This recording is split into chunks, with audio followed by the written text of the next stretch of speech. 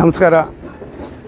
ಯಾದಗಿರಿಯ ಜನತೆಗೆ ಇದು ಒಂದು ಐತಿಹಾಸಿಕವಾಗಿರ್ತಕ್ಕಂಥ ಕರ್ನಾಟಕ ರಾಜ್ಯ ವೈಜ್ಞಾನಿಕ ಸಂಶೋಧನಾ ಪರಿಷತ್ತಿನ 5ನೇ ಸಮಾವೇಶ. ಇಲ್ಲಿ ವಿಶೇಷ ಏನಿದೆ ಅಂತಂದರೆ, ಇಲ್ಲಿ ವಿಜ್ಞಾನದ ಜೊತೆಗೆ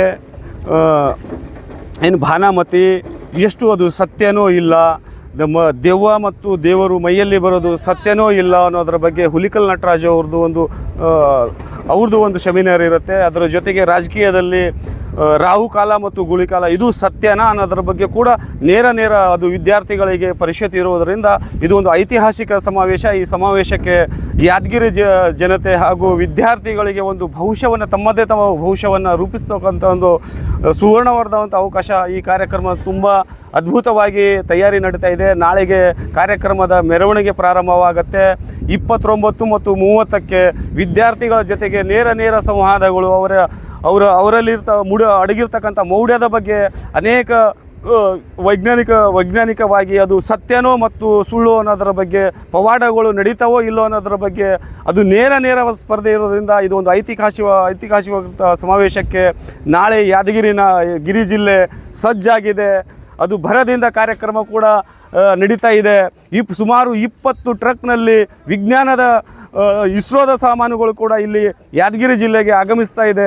ಇದು ನೋಡದೇ ಒಂದು ಸೌಭಾಗ್ಯ. ಹಾಗಾಗಿ ವಿದ್ಯಾರ್ಥಿಗಳು ಮತ್ತು ಏನು ಮೌಢ್ಯವನ್ನು ಎತ್ತು ನಂಬತಕ್ಕಂಥ ಜನ, ಅವರಿಗೆ ಇದು ಸತ್ಯ ಮತ್ತು ಸುಳ್ಳಿನ ಮಧ್ಯೆ ಇರತಕ್ಕಂಥ ಇದೇನು ಸಮಾವೇಶ ಇದೆ. ವಿಜ್ಞಾನದಿಂದಲೇ ಇಡೀ ಜಗತ್ತು ನಡೀತಾ ಇದೆ. ಯಾವುದೇ ಪವಾಡಗಳು ನಡೆಯೋಂಗಿಲ್ಲ.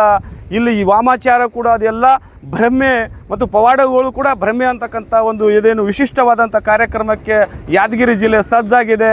ಇನ್ನೇನು ಕೆಲವೇ ಕ್ಷಣಗಳು ಅಂದರೆ ನಾಳೆಗೆ ಇದರ ವೈಭವದ ಮೆರವಣಿಗೆ ಪ್ರಾರಂಭವಾಗುತ್ತೆ.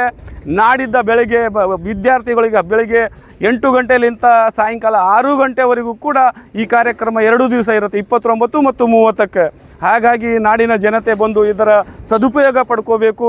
ಹಳ್ಳಿಯಲ್ಲಿರ್ತಕ್ಕಂಥ ಅನೇಕ ಜನ ಏನು ದೆವ್ವ ಇದೆ, ಮೈಯಲ್ಲಿ ದೇವರು ಬರುತ್ತೆ, ವಾಮಾಚಾರ ಮಾಡುತ್ತೆ, ಭಾನಾಮತಿ ಮಾಡ್ತಕ್ಕಂಥದ್ದು, ಇದು ಎಲ್ಲ ಶುದ್ಧ ಸುಳ್ಳು ಅನ್ನೋದಕ್ಕೆ ಈ ವೇದಿಕೆ ಪ್ರಾರಂಭವಾಗಿದೆ. ಅದಕ್ಕಾಗಿ ನಾಡಿನ ಜನತೆಗೆ ಮತ್ತು ಯಾದಗಿರಿ ಜನತೆಗೆ ನಾನು ತುಂಬ ಹೃದಯದ ಹಾಗೂ ಈ ಒಂದು ವೇದಿಕೆಯನ್ನೇನು ಪ್ರಾರಂಭ ಮಾಡಿಕೊಟ್ಟಿದೆ ಸರ್ಕಾರ, ಹಾಗೂ ಅದರ ಜೊತೆಗೆ ವೈಜ್ಞಾನಿಕ ಮತ್ತು ವೈಚಾರಿಕವಾಗಿರ್ತಕ್ಕಂಥ ಇದು 2 ಇದೆ ಸರ್. ಇಲ್ಲಿ ವಿಜ್ಞಾನ ಮತ್ತು ವೈಚಾರಿಕ ಅಂದರೆ ಯಾವ ಪವಾಡಗಳ ಬಗ್ಗೆ ಇದು ಎಲ್ಲ ಸುಳ್ಳಿದೆ, ಎಲ್ಲನೂ ಕೂಡ ವಿಜ್ಞಾನ ಬಿಟ್ಟರೆ ಏನೂ ಈ ಭೂಮಿ ಮೇಲೆ ನಡೆಯೋಂಗಿಲ್ಲ ಅನ್ನೋದಕ್ಕೆ ಸಾಬೀತುಪಡಿಸೋಕ್ಕೆ ಇಸ್ರೋದ ಮಾಜಿ ಅಧ್ಯಕ್ಷರಾಗಿರಬಹುದು, ಅನೇಕ ವೈಚಾರಿಕ ಮನೋಭಾವ ಇರ್ತಕ್ಕಂಥ ಸಂತರು ಶರಣರು ಬರ್ತಾ ಇದ್ದಾರೆ. ಹಾಗಾಗಿ ನಾಳೆ ಇದು ವೈಭವದವಾಗಿ ಇದು ಉದ್ಘಾಟನೆ ಆಗುತ್ತೆ, ಇದರ ರಥಯಾತ್ರೆ ಆಗುತ್ತೆ.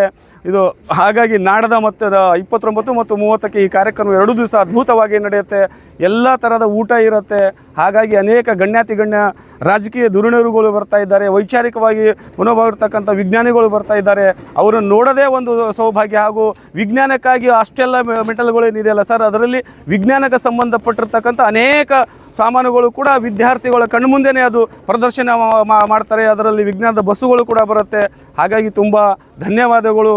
ಈ ಒಂದು ವೈಚಾರಿಕ ಮತ್ತು ವೈಜ್ಞಾನಿಕವಾಗಿ ಕರ್ನಾಟಕ ರಾಜ್ಯ ವೈಜ್ಞಾನಿಕ ಸಂಶೋಧನಾ ಪರಿಷತ್ತೇನು ಈ ಕಾರ್ಯಕ್ರಮ ನಡೆಸ್ತಾ ಇದೆ ಸರ್ಕಾರ ಮತ್ತು ಪರಿಷತ್ತು. ಹಾಗಾಗಿ ಈ ಕಾರ್ಯಕ್ರಮಕ್ಕೆ ನಾಡಿನ ಜನರು ಹೆಚ್ಚಿನ ಸಂಖ್ಯೆಯಲ್ಲಿ ಬಂದು ಇದರ ಸದುಪಯೋಗ ಪಡಿಸ್ಕೋಬೇಕಂತೇಳಿ ನಾನು ತಮ್ಮಲ್ಲಿ ಕೇಳ್ಕೊತಾ ಇದ್ದೇನೆ. ಧನ್ಯವಾದಗಳು ಸರ್.